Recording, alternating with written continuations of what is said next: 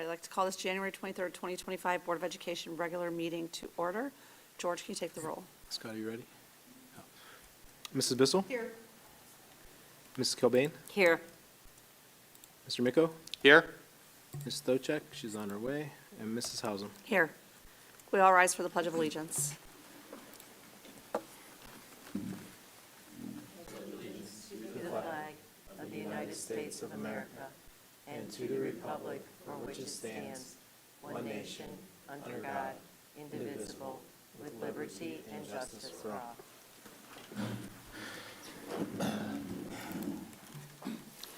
At this point in the meeting, we are going to enter into executive session for the reasons of, To consider the employment of a public employee.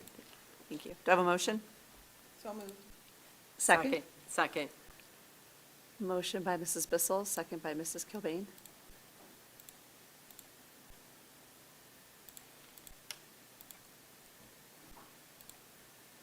Take a vote.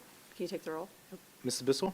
Yes. Ms. Kilbane? Yes. Mr. Miko? Yes. Mrs. Hausum? Yes. Ms. Stochek is not present at vote. She's right behind you. You want, Ms. Stochek? Yes. All right. All right, we will return to public session at approximately 7 PM.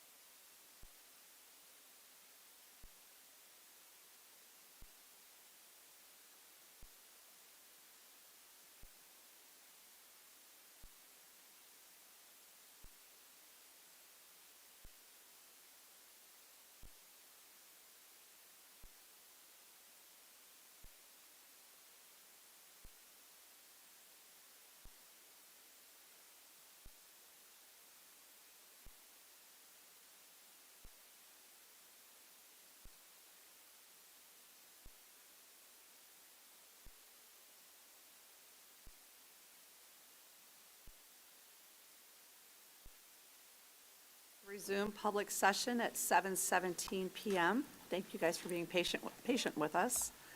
Next on our agenda is our strategic priorities. Our district has developed and is currently engaged in a 3-year strategic plan which reflects the values, beliefs, and hopes of our students, staff, parents, and community. There are 4 strategic priorities to the plan: transforming teaching and learning, aligning staff and resources, cultivating culture and climate, and leveraging funding and facilities. Our strategic priorities give actionable focus to our district's purpose and mission and guide the work of our strategic plan. Next, we do have an agenda change tonight. The following change was made to the agenda: the removal of action item under Section L, Student Services, J. Burke, Ph.D., and Associates Perspectives Academy Agreement. Next, I'm going to turn it over to Dr. Ryba for OSBA Student Achievement. Thank you, Ms. Hausum, and I'm going to turn it back over to Sharon and Haley for their recognitions for the month.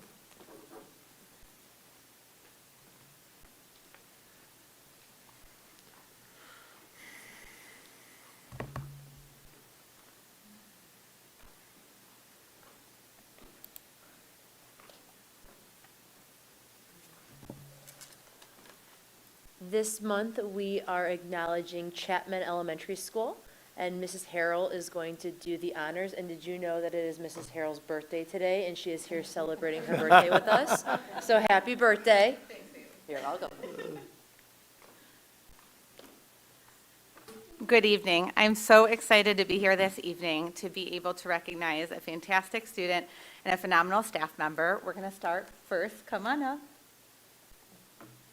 This is 4th grade student Harrison, and I'm going to share a little bit about why we are recognizing Harrison for the extra mile. It is with great joy that we recognize Harrison, a remarkable 4th grade student who exemplifies what it means to be an engaged and an inspiring learner. Harrison is an active listener, always fully present in class, and his enthusiasm for learning is contagious. A role model, Harrison consistently follows directions and completes his work. He leads by example for his classmates with their expectations, and he sets a high standards for his peers. His kindness shines, though, as he offers support to those around him, making him a great friend to everybody in his classroom. One of the highlights each day is greeting Harrison in the morning and witnessing his joyful spirit. His infectious smile and delightful laugh light up the classroom. Harrison's perseverance is commendable. He tackles tasks head-on, even when they present challenges, showing resilience and determination. Watching Harrison use his AAC device to communicate and find the perfect response is truly inspiring. He demonstrates not only his ability to engage with others, but his commitment to being an active participant in his learning journey. Thank you, Harrison, for being such a wonderful example for your peers and for brightening our school community with your positivity and your leadership. Keep shining. Congratulations, Harrison.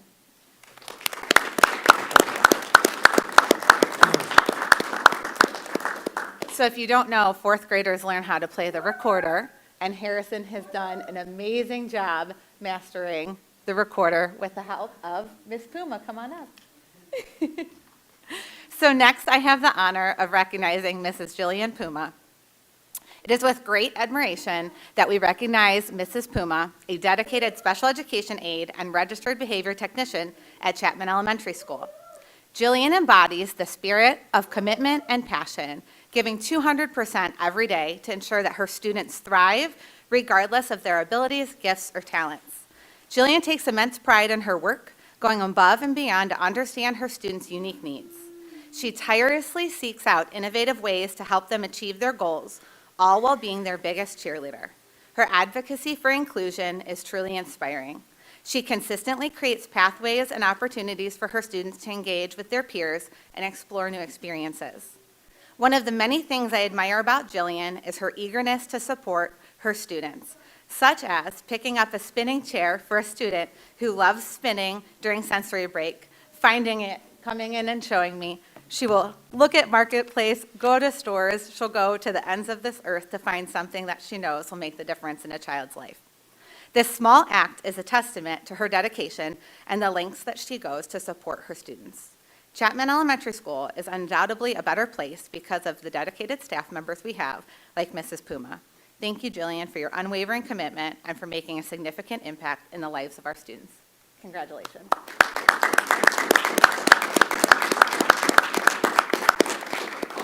Thank you very much. Sure, absolutely. Harrison, you want to come on?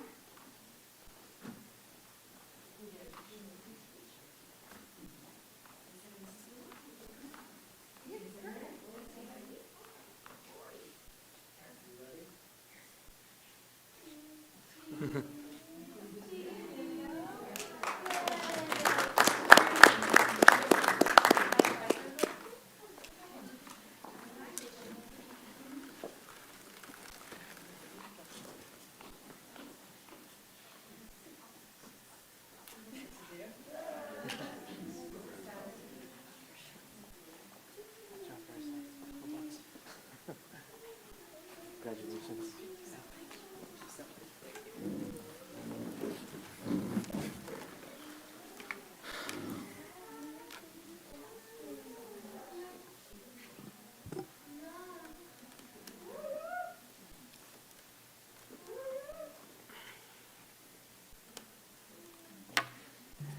All right, well, congratulations. Harrison, I have to share, I was cleaning out my son's closet, and I found that fourth grade recorder in the book.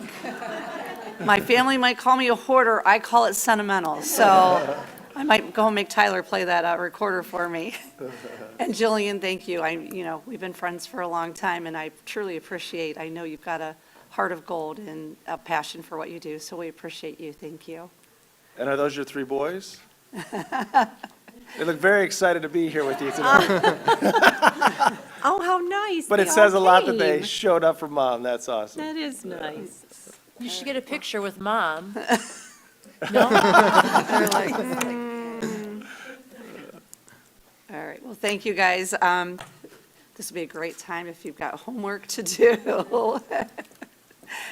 If you- I thought they'd all want to stay. I with their mean, mom. They're like running. all right, next on our agenda is public comment. We have one slip tonight, Bonnie Tennis. Bonnie, you know the drill. If you could state your name and your address.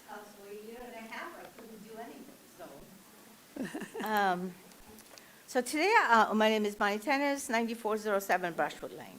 Today, I would like to talk about levies and the fees and the BPG. And I just want to read very quick, that was from the State of the Schools. And if you take a look at what's here, part of our story, part of the history of Strongsville, is that we've had a challenging time raising funds necessary to meet the growing and demanding needs of our students. That's about the levies. And then another one is if you choose to go to ballot the third time, we spent over $100,000 in fees to the contrary. And so when it comes to levies, I mean, not only people looking at the values, but also at the things like the pay and benefits. So prior to 2013, there was a 100% retirement contribution. I'm just explaining to that. Contribution by district to teachers' retirement, and the VPG, which was the voluntary professional growth.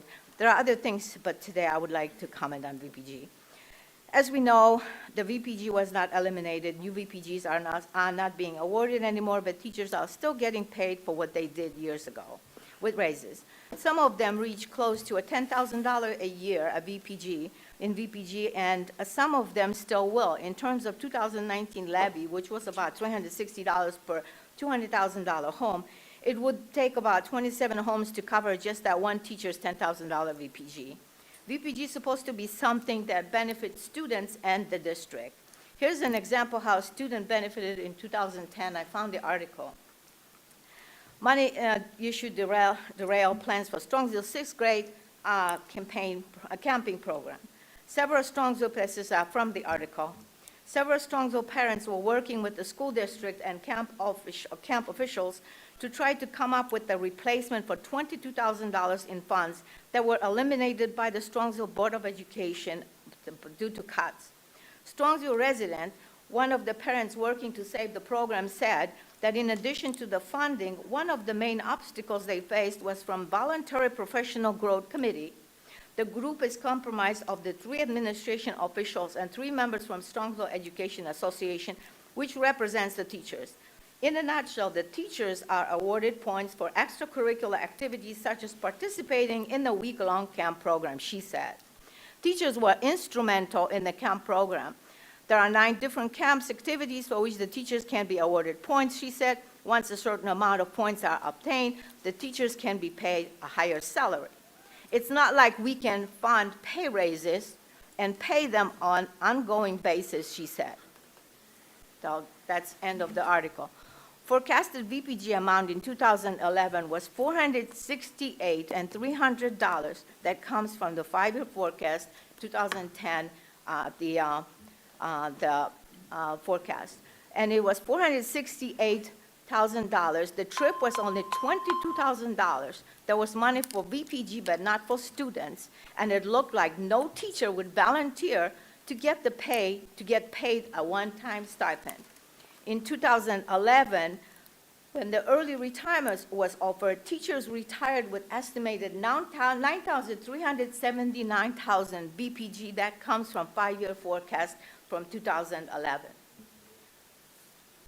Sorry, don't count for the turning pages, I'm sorry. Just to explain in simple words how it worked, teachers spent 5 days at NOAA camp. Each day points were awarded, and after the camp, that year VPG amount was awarded, but not just once that year, but would be paid every year for as long as the teacher was employed in Strongsville district, and that amount was also subjected to the teacher's raises. As an example, if teacher would be awarded $4,000, and that $4,000 would be subjected to 2% increase every year, at the end of 30 years, that $4,000 a year amount would grow to over $7,000 a year. But what is very alarming that over those 30 years, teacher would be paid over $162,000 just for that 1 week work, which was worth only $4,000. What a benefit. Why can't a coach do the same thing? Coach only 1 season and get paid for rest of his employment every year. VPG paid in 2001 was $385,000. That comes from the district performance audit. 2011, $468,000. 2020 was still $229,000. When you take that average, it's $358,000 multiplied by 4 years equals to $8.5 million. That is a lot of money just for one benefit that no other districts offered, just Strongsville.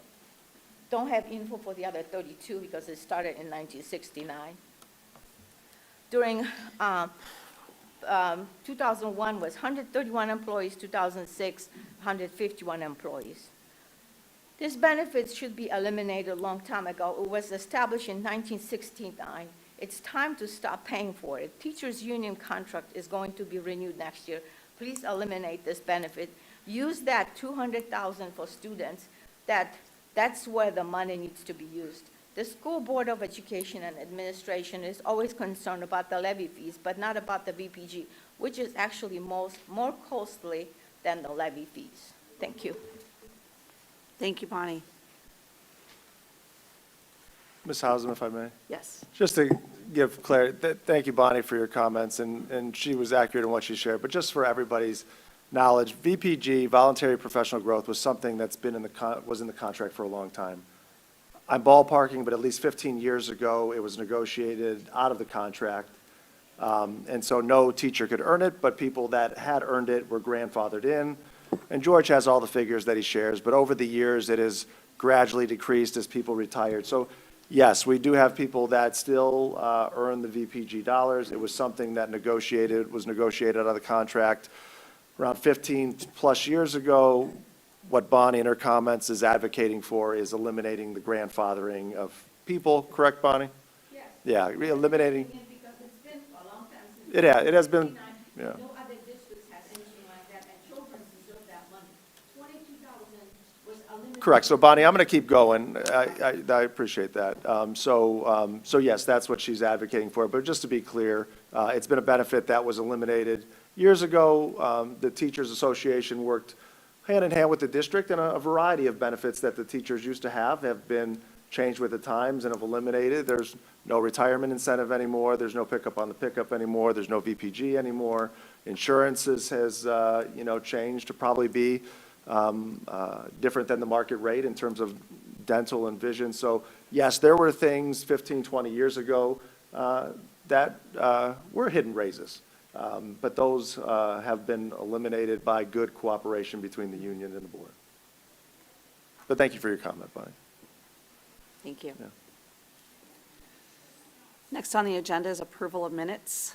We have Mrs. two- Housen, Yes. I believe there's another Oh. public comment. Mr. Carbone, you know the drill. Jim Carbone, 12462 Saddlebrook Lane, Strongsville, Ohio.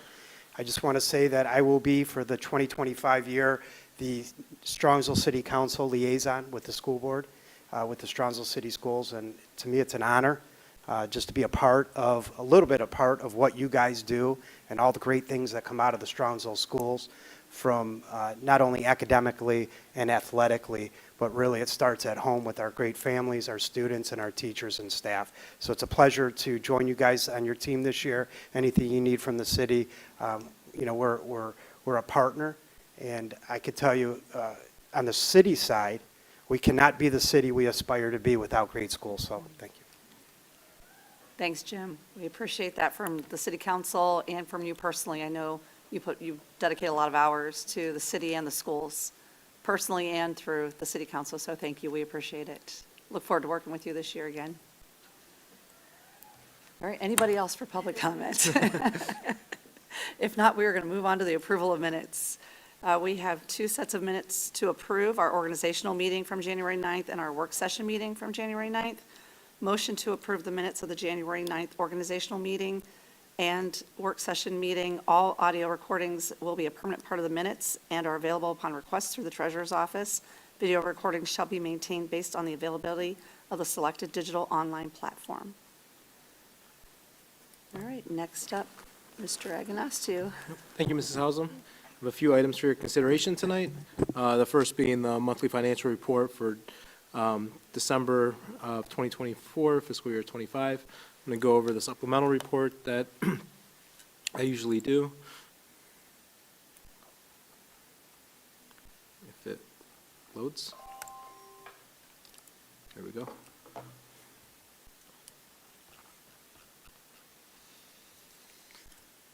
All right, so the first section, standard report that we've been using the last year and a half. Revenues are $694,000 higher than the previous year. Expenditures are about $2.4 million, $2.5 million higher than the previous year, and the cash balance is about $3.5 million higher than the previous year. How it's compared to the forecast, revenues trending about $31,000 less, and expenditures are trending about $535,000 less of the forecast as well. So a potential net impact in cash to the forecast about $500,000. And we're started the year about $51.3 million in cash, and we're projected to end the year at $47.6 million in cash. Looking at revenues, December of this year comparison to last year, we're about $121,000 higher, which is primarily due to state revenues. The state foundation, which is about, for December, we collected $833,000 compared to last year about $697,000. Overall, for the year, we're going to see a slight increase on state foundation based on an increase in the funding formula in the biennium budget for this year, and then also we're receiving a one-time payments this year for reimbursements for the science or reading training, that the stipends that the teachers are getting paid for based on a legislative order. Fiscal year to date, revenues are $694,000 higher. Part of that was the local tax collections in the fall, in August and September. Those were about $400,000 higher. Overall, state revenues are about $69,000 higher, and other revenues are about $200,000 higher, which was the fall collection of the TIF that was about $300,000 higher last year, less some other revenues that are down this year.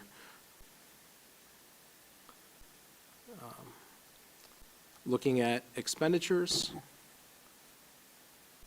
Expenditures for the month of December totaled $7.4 million, which is $682,000 higher to last December of $6.7 million. Looking fiscal year to date, expenditures are $2.5 million higher than last year. The biggest components are salary and benefits, which is 2.3 million, and purchase services, which is about $500,000. And then all other expenses are about $300,000 less. Primarily, we had a debt that expired last year, that the last payment was last December, so that's part of the other expenses being down. Overall expenses are about 5.8 higher this fiscal year through December comparison to last year. How we're trending in the forecast, I say in comparison to the forecast, revenues is about $31,000 less. It's primarily interest income from what we forecasted. The last 2 months have been a little less. The Star Ohio interest rate has dropped from 5.5%, which was a year ago, to about 4.1. So we're seeing a decline there. 4.5 is still a good interest rate to where it was in years past. But we're kind of, me and the assistant treasurer are looking at different strategies of looking to see how we can make that up this year about cash balances and different bank accounts to see if we could be more aggressive in that aspect with Star Ohio. And expenditures are trending about $500,000 less comparable. Again, it's in salaries and benefits. And as you'll see in the graph below, this is where majority of it's coming from. Certified regular salaries, it's about $166,000 less. Those are primarily the full-time subs that we budgeted. The full-time sub positions, we haven't been at 100% filled with those all year, so we're gathering savings there. When we hire one, I think Jenny, correct me if I'm wrong, we end up moving them into in a long-term position as a teacher leaves, so it's a continuous cycle. As we fill it, then it opens, and then same thing with our classified staff with custodial and transportation. So rather than me forecasting that these are going to be filled, I just kind of left them, the remaining months, just kind of open as, what we've been seeing is we fill one, another, it's a continuous cycle. So that could improve, that it could go the other way, so we'll continue to monitor that. So it's just been, a lot of the savings that we're seeing to the forecast here is just due to open positions. And then the last thing I wanted to kind of point out, just going on to the regular monthly report, there's a slide in here, slide 14. It's been in here for years, but it's a monthly comparison of revenues and expenditures of December, or for each month it's here, but particularly for December, shows December of '22, comparison to '23, '24, and then fiscal year to date. December and January are low points in cash flow, meaning our expenditures are pretty much consistent month to month. There's some months where we have a little bit of a spike based on certain one-time payments, but our expenditures are almost consistent month to month, where revenues, the largest portion is property taxes, and we receive our property taxes in July and August, and then we get a small advance in January, larger advance in February, and then the settlement in March. So 5 months and kind of draw down from there. So if you look at the fiscal year, we got the big settlement in August, spent down. So December and January are kind of our low points in cash. So what I want to highlight here is this first half is revenues, the second half is expenditures. Then if we look at this last bottom line is revenues over or under expenditures. If you look at fiscal year to date, 2025, so through December for revenues and expenditures, we have spent about $1.5 million more than we've brought in. So we're starting that deficit spend essentially, and this is before the levy dropping off. The levy's going to drop off with this calendar year's collection. So I went back and looked just out of curiosity. It's the first time we've deficit spent in December since December of 2019. So just kind of more or less bring that to your attention. January, we'll probably deficit spend. The advance for January we received, it was $1.2 million. Last year it was about I think $2.8 million, so it's about $1.7 million, $1.6 million less. Part of that is the levy dropping off, and then, but also part of, typically the county sends 90% of what they've collected the advance. This January, they only said 60%, and it was based on, they said the tax bills went out later than usual. So rather than pushing the advance date back, they kept the advance date the same and held on to a little bit more money. So The next advance is middle of February. That's usually a bigger one. We receive majority of that tax dollars then. So February, we'll have a positive here, and then it'll be spent down through, we get that next advance in July. Any questions on the financial report? All right. And then moving on to the next item, grant approvals. We have 3 grants for your consideration, 2 for the SCF. One is for wobbly chairs at Whitney, I think it was 4th grade, and then another one for $230. And then another one was for our balance bikes for the physical education classroom for $1,000. And then the last one is a council PTA grant for Mr. Brinkley's department for a high school makerspace 3D printer for $475. And then what's not on here will be on the next meeting. The February regular session is, you might have seen social media posts from the Rotary, but in partnership with the Rotary, the City Club, and the Strongsville Education Foundation, the Rotary has donated $2,400, which was matched by the City Club of $2,400, and the Strongsville Education of $575 to Unified Sports for the purchase of uniforms. So I believe Mrs. Dawn Thal and Kevin Sapparo and Rachel Griffin kind of worked together on a grant and approach the Education Foundation, and then also the Rotary and City Club to for this contribution to give these kids brand new uniforms. They've been using old uniforms and hand-me-down, so as they compete. So I think correct me if I'm wrong, I think the uniforms are for the different types of sports that they participate in. So we'll have that on the February work session, or regular session. And the last item is the amended permanent appropriations for the year. The changes are in other grants for the 3 grants that I just mentioned.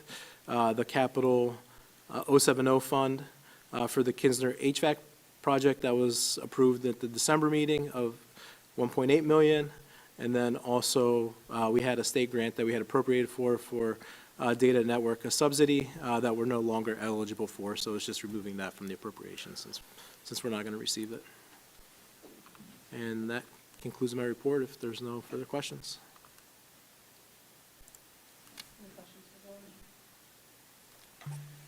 All right, thanks, George. Thanks. Dr. Ibo, we'll turn it over to you. Thank you, Ms. Hausum. A couple items under my section. The first is approval of a tuition student. So as you know, we have a board policy that says who can attend our school district. We do not allow for open enrollment. However, there is a tuition-based option that's there. And so what it says is if a student does not live within Strongsville school district boundaries and wants to attend, they may do so if they pay the annual tuition, which is set in the summertime by the Department of Education and Workforce. So we do have a student that's currently a Strongsville High School student. The family's moving out of the district next year, would like their child to graduate from Strongsville. So it's my recommendation that Haley be accepted as a tuition student at Strongsville High School for the 25-26 and 26-27 school year at the tuition rate to be determined by the Ohio Department of Education and Workforce. The last sentence qualifies is Haley is applying to be a part of a Polaris program. If she gets accepted to the Polaris program, the tuition rate would be cut in half to 50%. Polaris has their own rate, their own board approval that they would have to go through that's separate than ours. So that just covers, if she's here full-time, she pays 100% of our rate. If not, she pays 50%, and the family, George and I have worked with the family. I've talked to Mr. Wingler, and we're more than happy to offer this opportunity through tuition for Haley to continue her education in Strongsville. It's a consent item, but we don't have these often, so I just want to make sure there's any questions. I'll answer them. Okay. The second item, be it resolved upon my recommendation that the Board of Education enters into a 2-year agreement with the Educational Service Center of Northeast Ohio to implement county services as listed in the exhibit for the school years 25-26 and 26-27, beginning July 21st, 2025 through June 30th, 2027. So this is a standard agreement that says they offer these services. They get a certain amount of fees per student that is enrolled in our district. We get a percentage of that back, and that outlines how that works for the next 2 years. All right, with that, I'll ask Steve to come on up for the business services report. And as he's coming up, the first item that's under his agenda is a discussion item on administrative offices. So I will do the introduction, and Steve will take it from there. So the building that we are sitting in right now, which is the old Zellers Elementary School, is on the verge of needing critical repairs that are going to cost a significant amount of money, that it is my recommendation that it's no longer feasible to use this building as our administrative offices. So I've set the expectation for Steve that he's going to research a variety of options, and by early 2026 calendar year, not school year, we would start vacating this property and moving to a new home, wherever that new home may be. There's two, Steve's done an extensive amount of research. We've looked at a variety of things. And so there's two options that we want to discuss with you tonight. The first is, after we talk about what is the challenge with this property and why are we looking to leave, the two options would be the Rite Aid property that was just recently vacated through all the Rite Aid closings around the state. Steve's done some research. We visited that property. He'll give you kind of the lay of the land there. We've also done a look at what is available space to lease around the city. And so we've looked at we need at minimum 15 to 16,000 square feet. That would be tight, but we can make it work. And as you take a look at locations, properties, other tenants, there's been one property that we've looked at and Steve has visited, which is the Old Doris property. And so those are the two options that we're going to talk about. So Steve, I'll turn it over to you. All right. So any questions? As Dr. Riva went through, we've been looking at this building. We've toured this building. We've made it open to the public to tour this building. There are sections of this building that the cracks in the structure are becoming more and more noticeable. Right now, I've done a roof assessment for the entire district. There's a critical needs list. This building itself, under thermal imaging, is completely saturated. There may even be some decking that is rusted out that needs to be replaced. The estimates that I've gotten to replace the roof here are $1.4 million. And I've done work with this company before, and the salesman quite blatantly said to me, I won't do any roof work until you can get these walls certified, because he's afraid with the walls being in condition that they are, if we start moving some heavy machinery on the roof, we start doing some serious deconstruction and demolition, that it's going to be the tipping point, sorry for the pun, on the walls themselves. So I'm also in the process of getting a structural engineer to come out and give an estimate from what they can see and what they can surmise from what's going on with the foundation. So that information will be forthcoming to add to that $1.4 million. In addition to that, because of the age of the building, our windows all need to be replaced. They're not even available any longer because they're so outdated.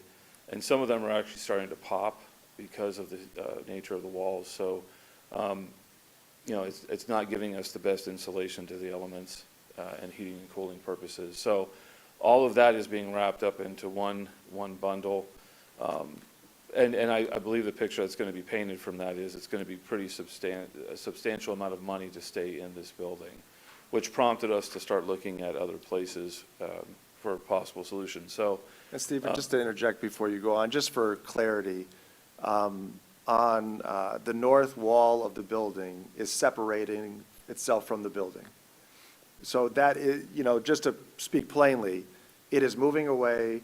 The cracks are probably about an inch and a half wide now. There is a tilt to the room. Steve had a picture on his wall that has moved because of the building moving. So it's not, hey, we've got some cracks or there's some things we have to be concerned about. It is literally the outside wall is separating itself from the building, and that's the significance of the situation we're in. I would like it noted it was also an Ohio State picture. So, But, Can you refresh our yeah, memory? What you're- year was this building Pardon me? built? What year was this building built? Ooh, I believe Keep talking, I'll find late it. 50s, early That's- 60s. okay. Somewhere around there.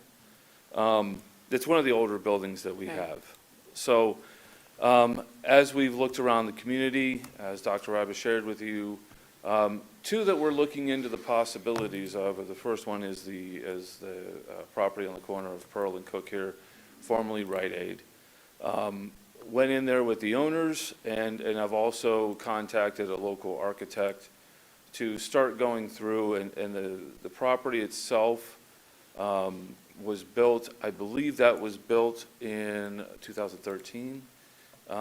If not, I think that's when it was built, but it's not very old at all. I've walked through. We have all of the site plans. We have all of the environmental plans that were graciously given to us by the seller. So we're going through those.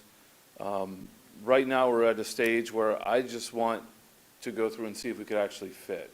So what we're in the process of working with the owner, if we're allowed to enter into an agreement, would be just to have a period of time where we could look, do inspections on the building itself, and then just see if we could fit. All the operations that we have in this building, all the departments that we have in this building, various directors, coordinators, secretaries, clerks, all of those people. We have 37 people per my count that are stationed here. What we would like to be able to do is have some time just to see if we could even fit in there, not only just us, but also some conference rooms, some meeting rooms, and things of that nature. So that's where, where we're looking for some guidance on that. The other property that myself and Keith Simek, the maintenance foreman, and also Ryan Kilbane from Human Resources, and he was just taking a trip down memory lane. We went into the Doris building and looked at the second floor. So in comparison, you have the Rite Aid floor plan is a little over 14,000 feet. The Doris second floor is 33,000 square feet, somewhere in there. It just kept going and going and going and going in there. So for that, we're going to need, I'm getting PDF documents from the realtor to see what we would be able to fit there. I have no doubt that we could fit into that property. It's just, what would the lease agreement look like? There would need to be some reconfiguration that we have talked about on a very informal basis, because there are some needs. For example, right now you walk into the main entrance, and it's this way to the stairway, it's this way to the other companies. We would need something a bit more secure because of the nature of the business that we do, having students in and out, having the public in and out. And that's something that the realtor was talking to me, that they have talked, and again, not in any formal sense, because we're not there, but just in an informal, there are some things that we could negotiate into that lease to make it more practical for a school district building. So that's where we're at right now. Everything is at a very informal stage. However, there is an agreement that is attached to the agenda. I'm not sure if you wish for me to go into that agreement at this point, or Well, let's you just want see me if to there's pause.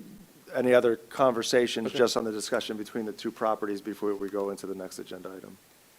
Questions, comments? The way I understand it, we won't owe any money to the Rite Aid people. We're kind of in a standstill, and they'll let us see. Is that kind of what the agreement says, or am I? Correct. The agreement states that there's something called an inspection period, which is basically within a 90-day window of, we can do any inspections that we need to on the property. We can go into the property and look at whatever we need to. That would include me talking with an architect to get a fit plan in place. So it gives us a period of time where we've just entered into an agreement to say we're interested. Please don't sell it out from underneath us while we're doing our due diligence. Right. And then if at any point during that time we find we don't fit, or it's just not a right fit for us, or we discover something that makes it not a right fit for us, we can then vacate that agreement by the dates outlined in it. and there's no harm, no foul, no money owed. If we go through the 90 days, or we decide at any point during those 90 days, this is where we wish to be, then that where the agreement outlines what the amount of the earnest money would be, and then that there's a certain amount of time from the earnest money being received to a closing date for the property itself for us to claim ownership and pay for it. Sorry, I think we skipped ahead. No, you're good.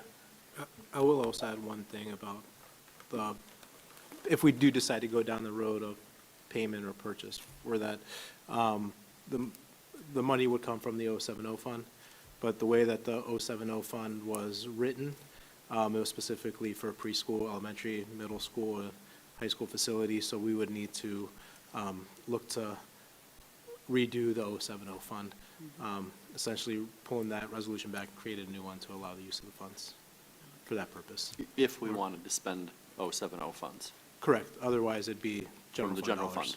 Right. Just wanted to bring that point of clarity. And when would we put the $200,000 into earnest money?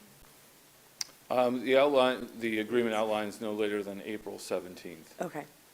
But they would hold the property for us until then. So to be clear, the way I read the document, I want to verify it, $200,000 earnest money to an escrow, in escrow, Correct. gives us a 90-day window to do any or no investigations. And for any reason, we can say we're not interested prior to the 90-day expiration, at which point the 200,000 is returned to us from escrow. No, we don't front any money during the inspection period, the 90 days. It's only after the 90 days that we would put down the 200,000 for escrow, and then we have a certain amount of time to close after that. So it costs us nothing Correct. other than a signature to say we're going to look at it for 90 days. Correct, And for any reason or no reason, we can say we're not interested. correct. At which point, the only thing the school district is out is whatever fees we spent with an architect or what have you Correct, to create the to fit plan. investigate the plan. And for right now, the only fees that we would incur would be a fit plan. I don't feel comfortable moving forward, obviously, with any kind of build-out plans or anything like that, unless we're actually going to purchase. So the fit plan is nothing more than what's the square footage of what we want the offices to look like, and superimpose those over the blueprints of the current building. You already indicated it's approximately 14,000 square feet. Just a little over, it's just shy of 15. And Cameron, you said we're somewhere between 14 and 16? This current building is 33,000 square feet, but we believe we could fit in that space. That it's going to be close. Yeah, It's not close because of the office area, it's close because of a boardroom, a PD room, some overflow spaces. So that's really what we're That's what trying we to. need to figure out. Yeah. Would you have board meetings there then, too? That would be the ideal, right, is to have everything Well, yeah. still in one spot. So there's a spot where we think, if you're ever in that building, right to the left where the coolers, and it's like a little square. The pharmacy. Yeah. Yeah. So that's where we're going to look to put a boardroom. I mean, when we ballparked it, but the architect's going to go through that, yeah. correct. And if there was also a board meeting, so for example, how regular board meetings are attended, so we wouldn't need that large of a space, but if there is a board meeting that we need larger space, we always have at our disposal the high school auditorium, the middle school auditorium. They used to be held at the high school media center. We still have all those other spaces for a larger venue if we feel like there's issues or events that would necessitate a larger venue for the meeting itself. Steve, I have a couple questions, kind of piggybacking off what Rich just asked. If we don't have to pay anything now, why do we have to approve this today? So that they don't sell it out from underneath us while we're doing our due diligence. This just locks us into an agreement that they're going to hold moving forward with any other offers that they receive for 90 days. And basically, they're doing us a favor to let us look and see if we could fit for no cost whatsoever to the district while we do that. And because the price of, if we go forward with it, exceeds what we can do on our own, the board needs to provide that guidance. Because we're, in essence, committing the board, committing We the are committing district you. with a fee if we continue forward with it. So it also says that we have to close by April 17, 2025. So you Correct. back up 30 days usually from signing it to closing. So that only leaves us 6 weeks. Is that what you intended? Yeah, I mean, so the timeline started on the 90 days when we started having these discussions. But I feel confident that I can meet that timeline so that we wouldn't be close to that. That's why I know I went a little bit at going ahead as much as I could. That's why I talked to an architect that we've worked with in the past for smaller projects. And we're already in the process of getting a fit plan in motion. So I'm confident that I can get this done in a timeline that does not jeopardize the district for any of the escrow amount nor a closing blind. And if it even gets close to that and I don't have the information, then my recommendation obviously would be we didn't have enough time and we can walk away. It's not the intent to commit the board to anything. I need to have the board's permission on this agreement to move forward even in a period where there's no money exchanging hands. Because at the end of it, there is potential money changing hands. Thank you. Are there any other questions for Steve on either property right now that we're looking at? How much for the other property in leasing? Right now, it's think I listed at $5.50 per square foot. Can we lease 20,000 square feet, or do we have to lease the entire floor? So we looked at that yesterday, and the realtor's comments, and Ryan, you can correct me if I'm wrong, but you don't have to correct me if I'm right. So what basically they were saying is you could lease a partial part of the floor, but that all of the HVAC controls, everything is so integrated, you're going to be paying basically to heat the whole area. So there could be some conversations which make the extra area available to us at a very attractive rate. Would you say that's correct?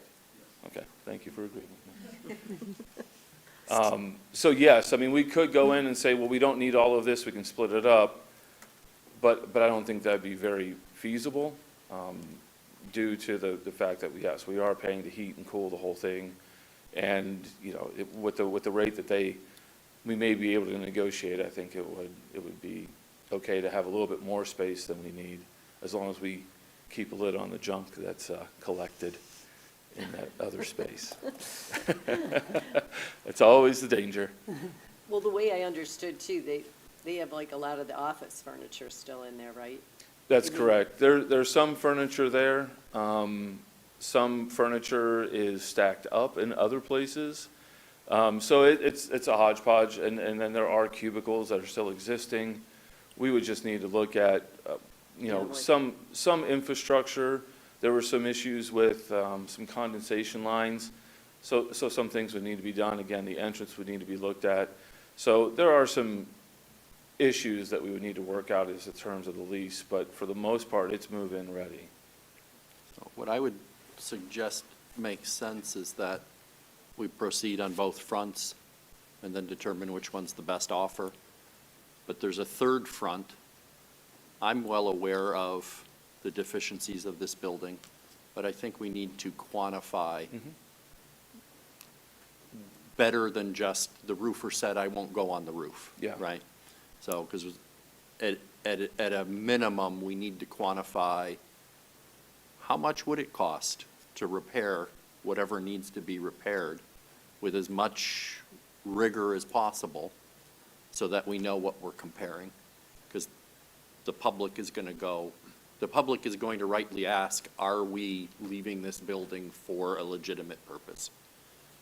I know we are, but I don't trust my own knowledge. And I'll expect Ryan to correct me if I'm wrong. But I think we need to, I would like, if the board agrees, I'd like to see 3 buckets. If this was my home, before I would just say we're going to buy another home, I would say, what's it going to cost to stay in the home I'm at? and then compare it to option one, option two, and then I think we can make an informed best decision. I agree with you, and that's fully my intent.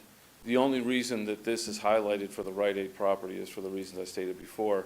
I don't feel like I can move forward in any kind of agreement with them unless I get approval on this agreement. So it is my intent to pursue all three, and at a later date that we decide, present that information to the board so that the best decision can be made. The other- Thank you for me. The other thing, just for clarity, is when Steve brings that back, it will also include, because I think it's important for our neighbors and community of, when we do vacate this property, what is going to happen to the building, what will happen to the property, what are the costs associated with that? So Steve will have that a part of his recommendation as well. That's good. So with that, we'll move to number 2, Steve. Sorry, my tablet went down. The second one is the proposed purchase of property and building. Be it resolved upon the recommendation of the superintendent that Strongsville City Schools enters into a purchase agreement with Hannah Commercial Real Estate to purchase the property located at 147101 Pearl Road, Strongsville, Ohio, 44136, not to exceed $3 million, and the agreement is attached. Do I have a motion? So moved. Second? Second. Motion by Ms. Stavcek, second by Mrs. Kilbane. Any other questions for Steve, George, or Cameron? So if we can say out loud again for myself and the public, or mostly just myself, we are not, at this point, purchasing Rite Aid for $3 million. That is correct. We are simply agreeing that we have 90 days to determine if we want to purchase it. And if we do, they have to sell it to us.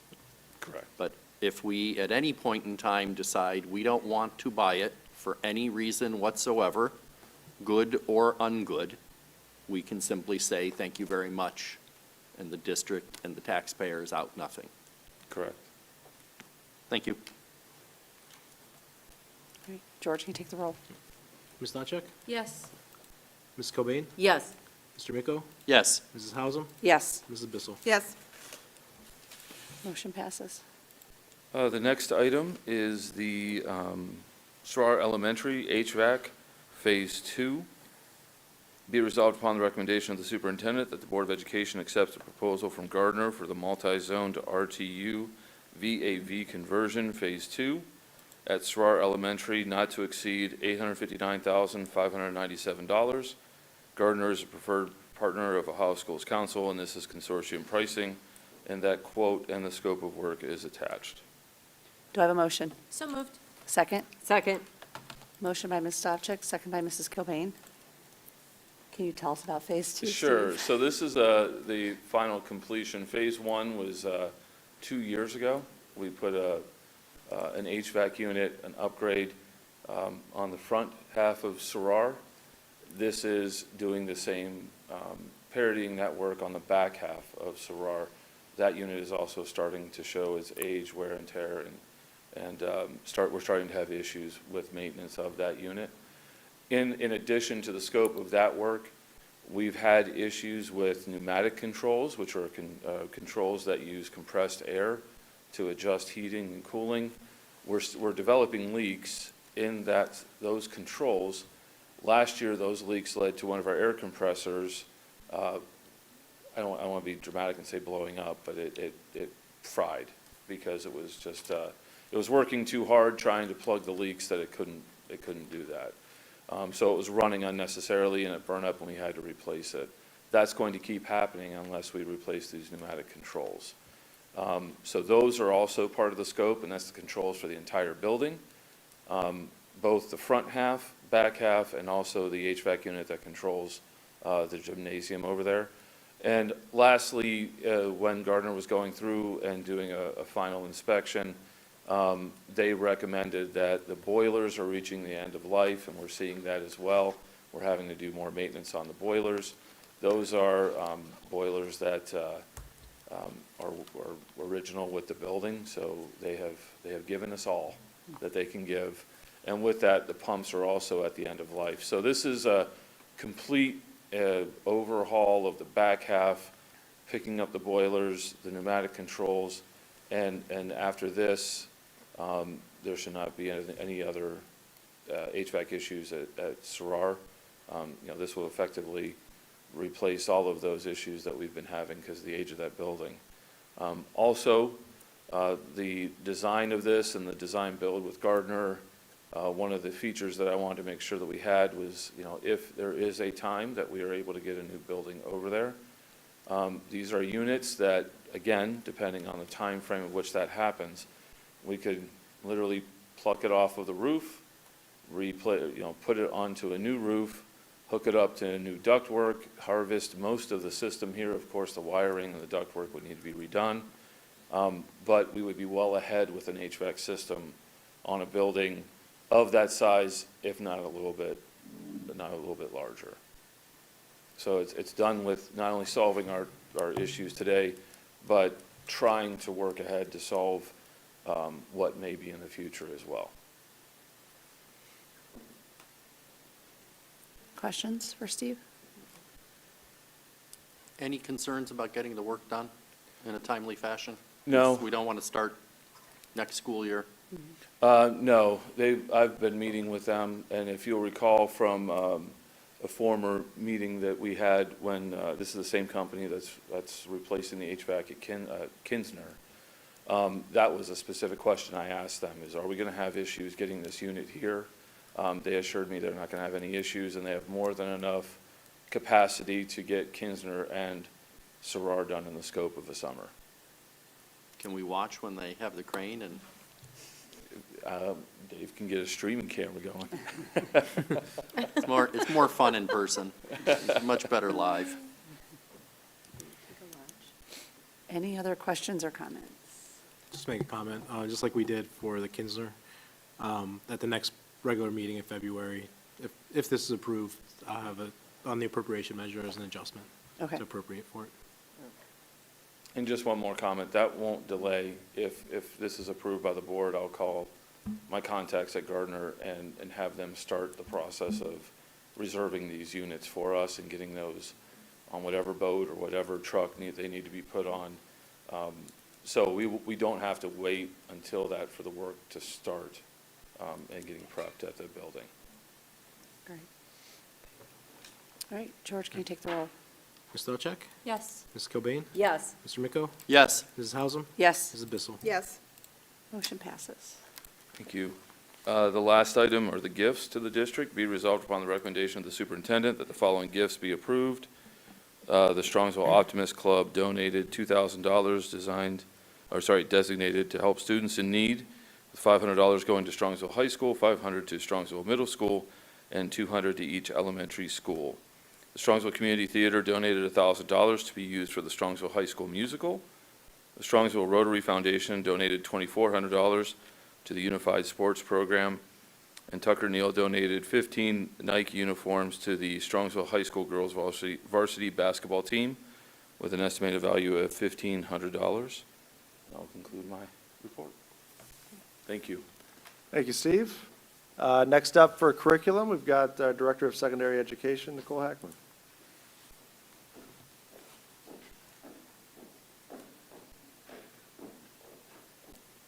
Good evening. I have 2 items for your consideration.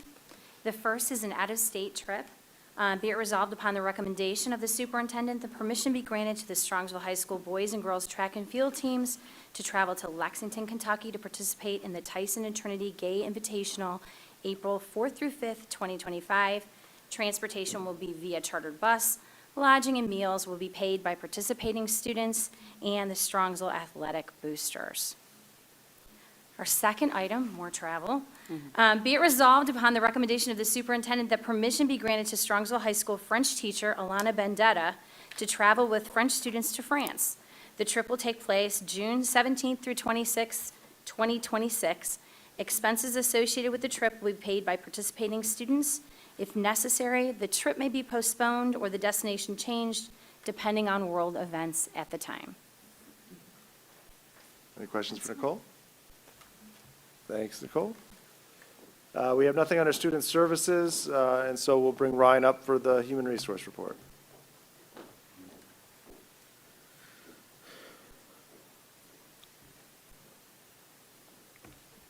Good evening, everyone. I have the following items in human resources for your consideration. Item 1, abolishment, non-certificated. Item 2, resignations, non-certificated. Item 3, appointments, certificated. Item 4, appointments, certificated substitutes. Item 5, appointments, non-certificated substitutes. Item 6, appointments, certificated district substitutes. Item 7, appointments, game workers. Item 8, appointments, certificated athletic supplemental contracts. Item 9, appointments, non-certificated athletic supplemental contracts. Item 10, changes in hours, non-certificated. Item 11, change in status, non-certificated. Item 12, contract recommendations, non-certificated. Item 13, stipends, instructional coaches. Item 14, stipend, kindergarten early entrance screening.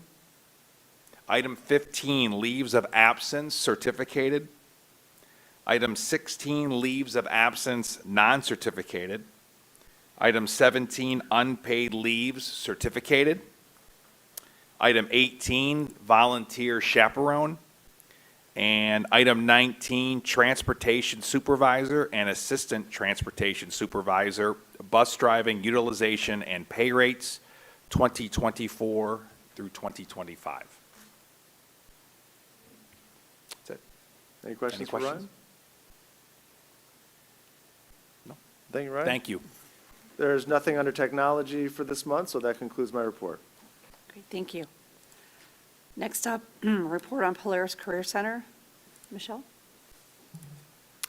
Yes, we had our first meeting of the year last week in which the new superintendent of Polaris Career Center, Diane Zander, presided.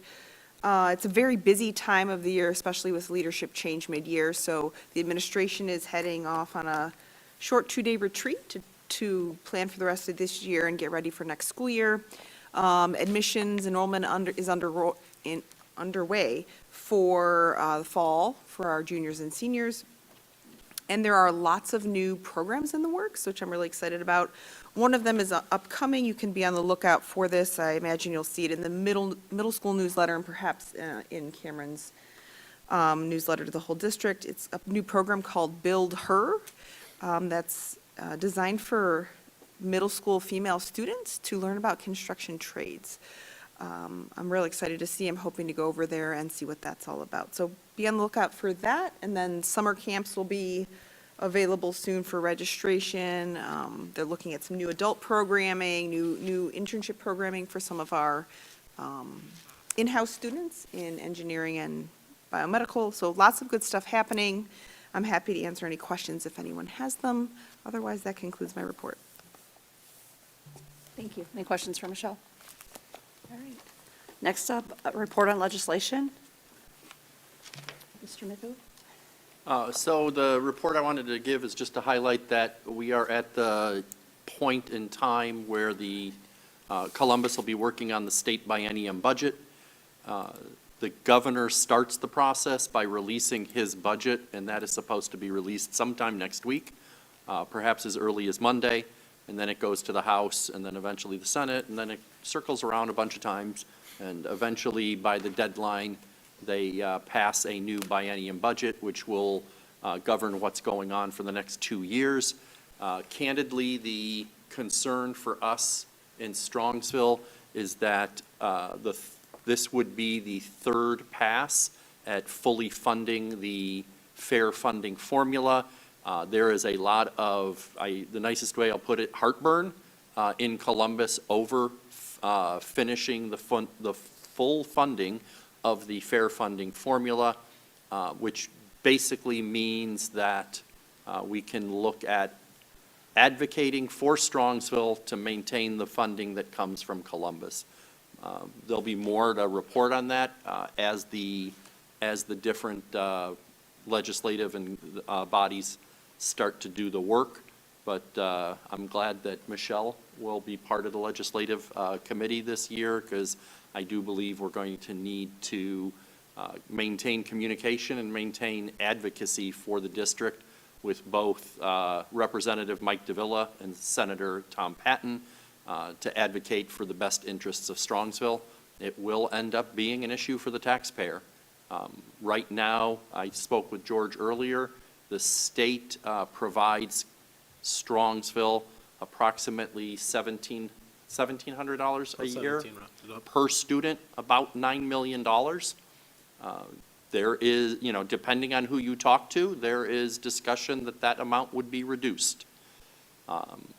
So more to come on that, but that is the main gist for perspective from school district.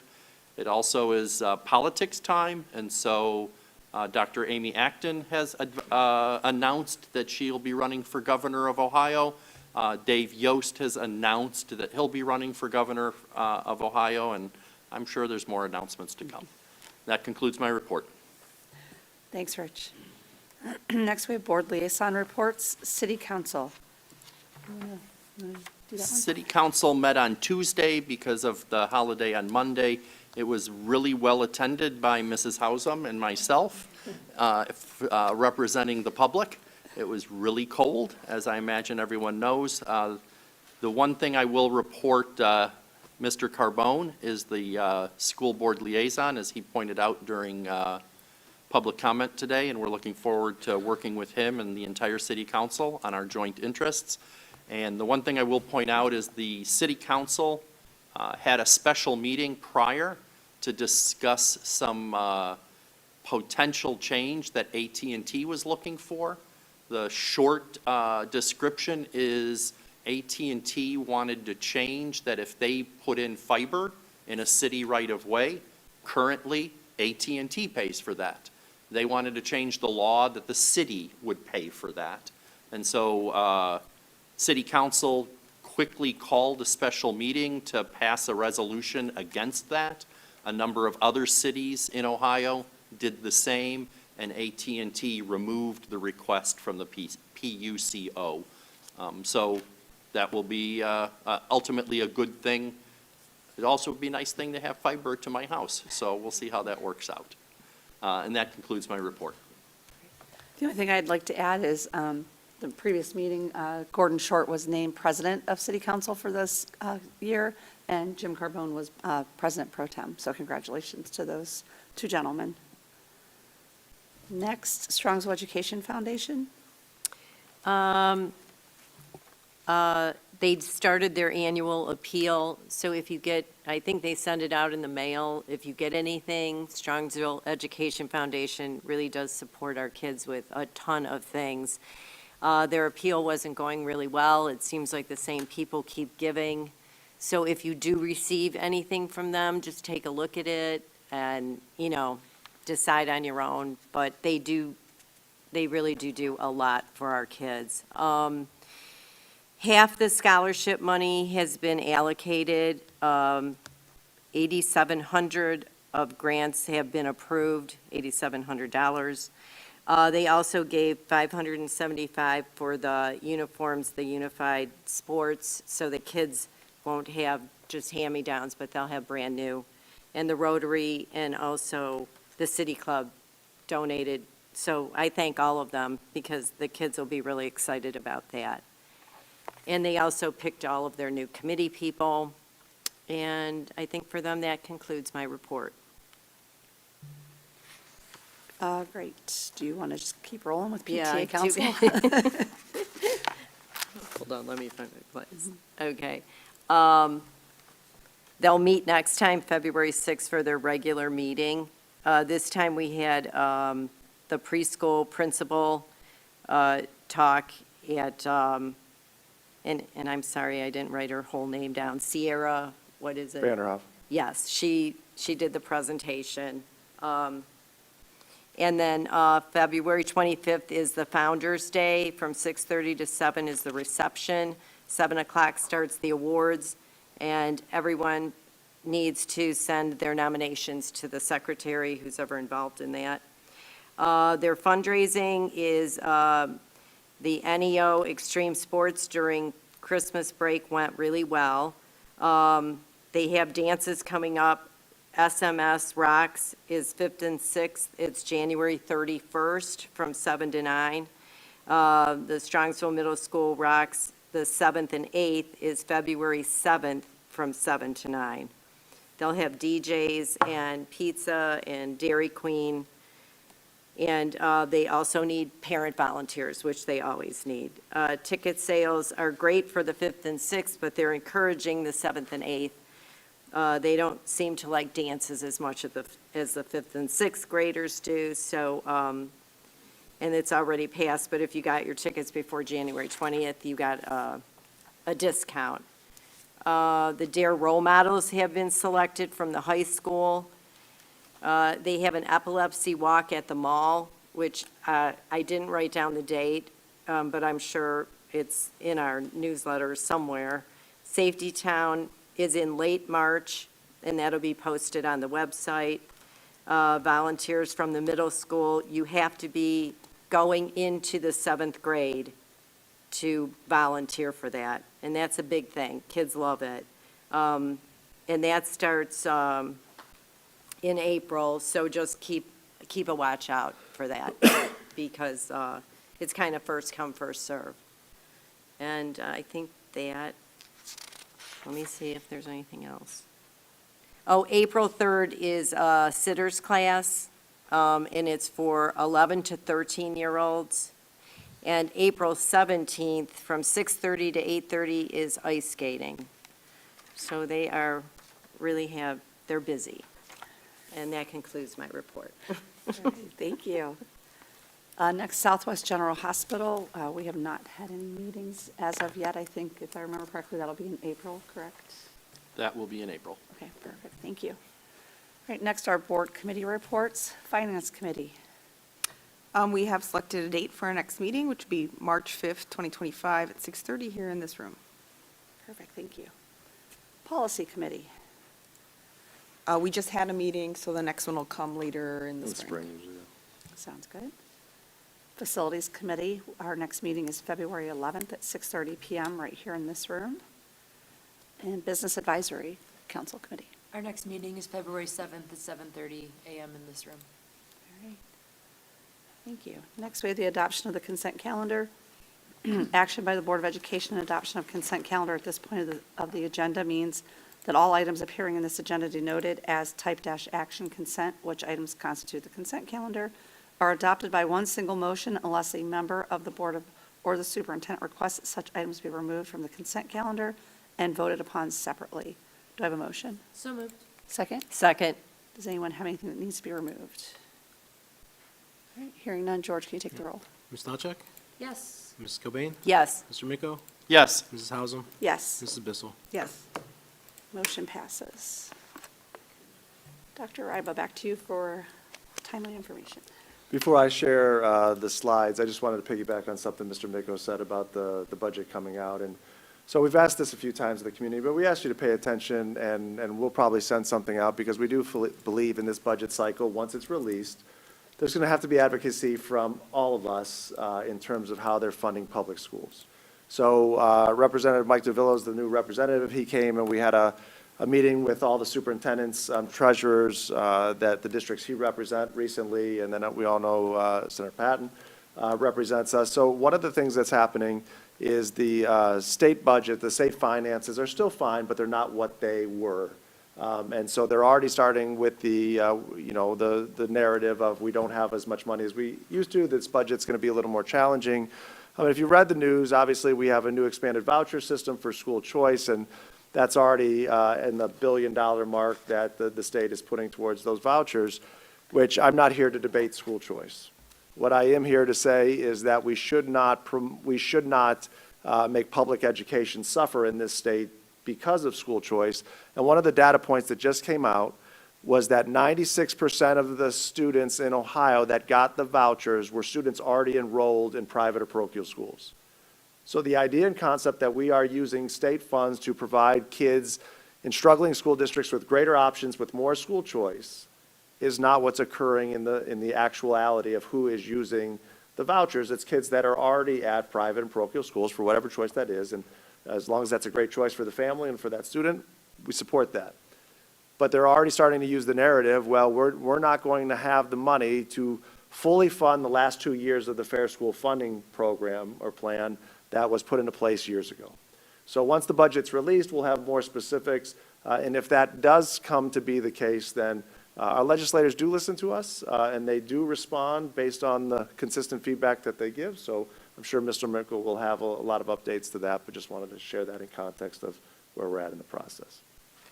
In terms of more local news, a couple of things we want to highlight across the district. First of all, at the elementary level, we want to give a shout out to Mrs. McNichol, who she's a music teacher at Sarar.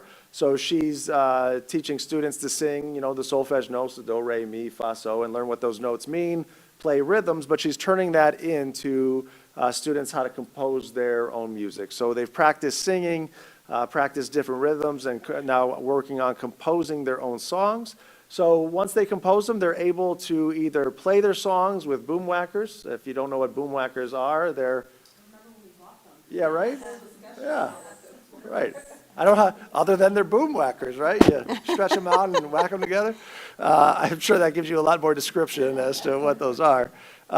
Sing to the class, which would not be my first choice, but I'm sure the kids love it, or play them on a digital platform. So how wonderful is that? Getting to know not just, hey, we're going to sing some songs, but know what those notes mean, know what the rhythms mean, and be able to perform and have an authentic creation. That's just amazing. So we're thrilled to have Mrs. McNichol and her talents at Sarai Elementary.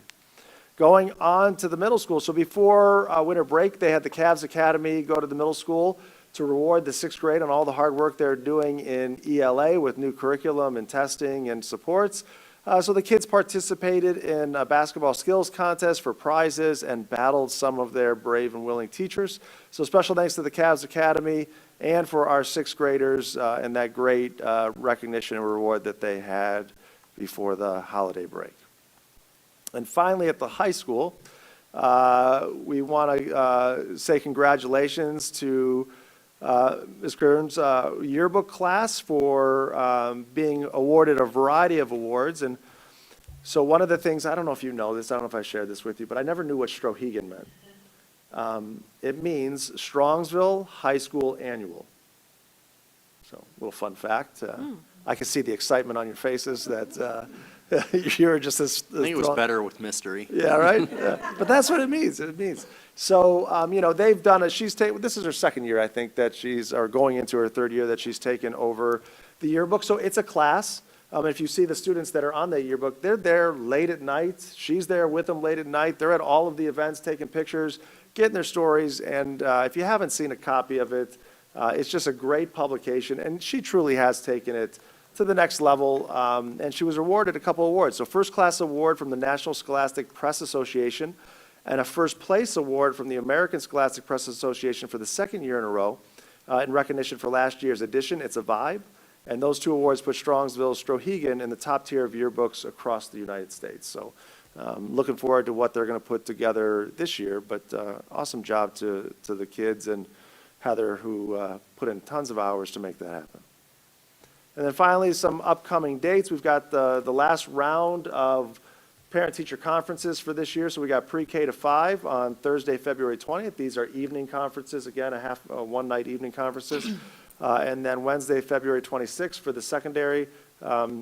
Check out your principal's newsletters for how to sign up, things of that nature for those upcoming conferences. And then, although a couple months away, we're already in the midst of planning for our State of the Schools. We've got a new location. We're going to move to Strongsville High School. We're expanding the format we used last year to be truly a model Mustang experience. So Dan and Jenny and our DLT team, everybody's been working hard on putting it together. So more to come, but save the date for Wednesday, the 26th at 6 p.m. It will be a very highly engaging opportunity to not just hear about what's going on in the schools, but get to experience what's going on in the schools. So we're excited to showcase all that's happening for our community. And that's it for timely information. Great, thank you. Next, we have first reading of policies. They're all listed there on the agenda. If anyone has any questions, again, reach out to Michelle or Haley. And next, we have miscellaneous information from the board. Does anyone have anything they'd like to share? The high school dance team is competing for states this weekend at Heath High School on Sunday. They made all of their groups, all four of their teams, their hip-hop, contemporary, lyrical, pom, and jazz, made it to states from the regionals that was hosted at Avon Lake High School 2 weeks ago, I believe it was. Congratulations to them. Under Mackenzie Grimm as their coach. Yeah. Yes. I'd like to share something that was shared with Rich and I at the city council meeting, unless you wanted to. I'm ready or you're ready, but you're Okay. already down the road, so keep driving. Tom Clark, one of our councilmen who is very, very involved in the wrestling community here in Strongsville, pulled Rich and I aside to let us know that Vincent Kaz, a first grader from Kinsner, competed in the 2025 World of Wrestling Tulsa National Tournament. And Vinny placed first. Wow. Yes, first grade. First grade. Yes, he competed in the U6 boys 70-pound weight class, and he placed first. Oh, my God. Can we legally have him come to the next meeting and wrestle George? Well, He could wrestle my son. I was gonna wrestle say, together at Jenny and I practice. didn't go that far, but we did think it would be really cool if, when we recognize the high school wrestlers, if we could bring Vinny to that meeting as absolutely. well Yeah, and that's recognize him. I awesome. think that would be really cool to That's do. awesome. But he does, and he has a teammate also who wrestles for Strongsville, who I believe placed sixth. Yes, yes. Yeah, That's amazing. Vinny not only placing but winning the championship at a national tournament brings honor and recognition to him, his family, our Strongsville Mustang wrestling team, and our Strongsville community. So congratulations to Vinny, and I look forward to meeting him someday Yep. soon. Vinny also won states last year as well.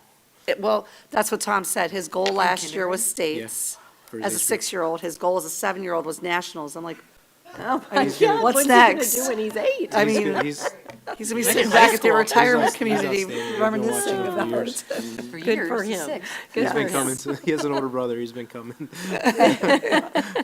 Yeah, so again, big shout out to Vinny and congratulations to him and his teammate. Are there any other miscellaneous from the board? All right. Hearing none, meeting notifications, a regular Board of Education meeting work session will be held Thursday, February 13th, 2025 at 7 PM in the meeting room of the admin building here at 18199 Cook Avenue. And after that, we have a regular Board of Education meeting to be held February 27th, 2025. We will start at 6:15 PM in executive session, followed by public session at approximately 7 PM in the meeting room here at 18199 Cook Avenue. Next, we do have a reason for executive session tonight. To consider the employment of a public employee and to prepare for negotiations or bargaining sessions with public employees concerning their compensation or other terms and conditions of their employment. Do I have a motion? So moved. Second? Second. Motion by Ms. Stavcek, second by Ms. Kilbane.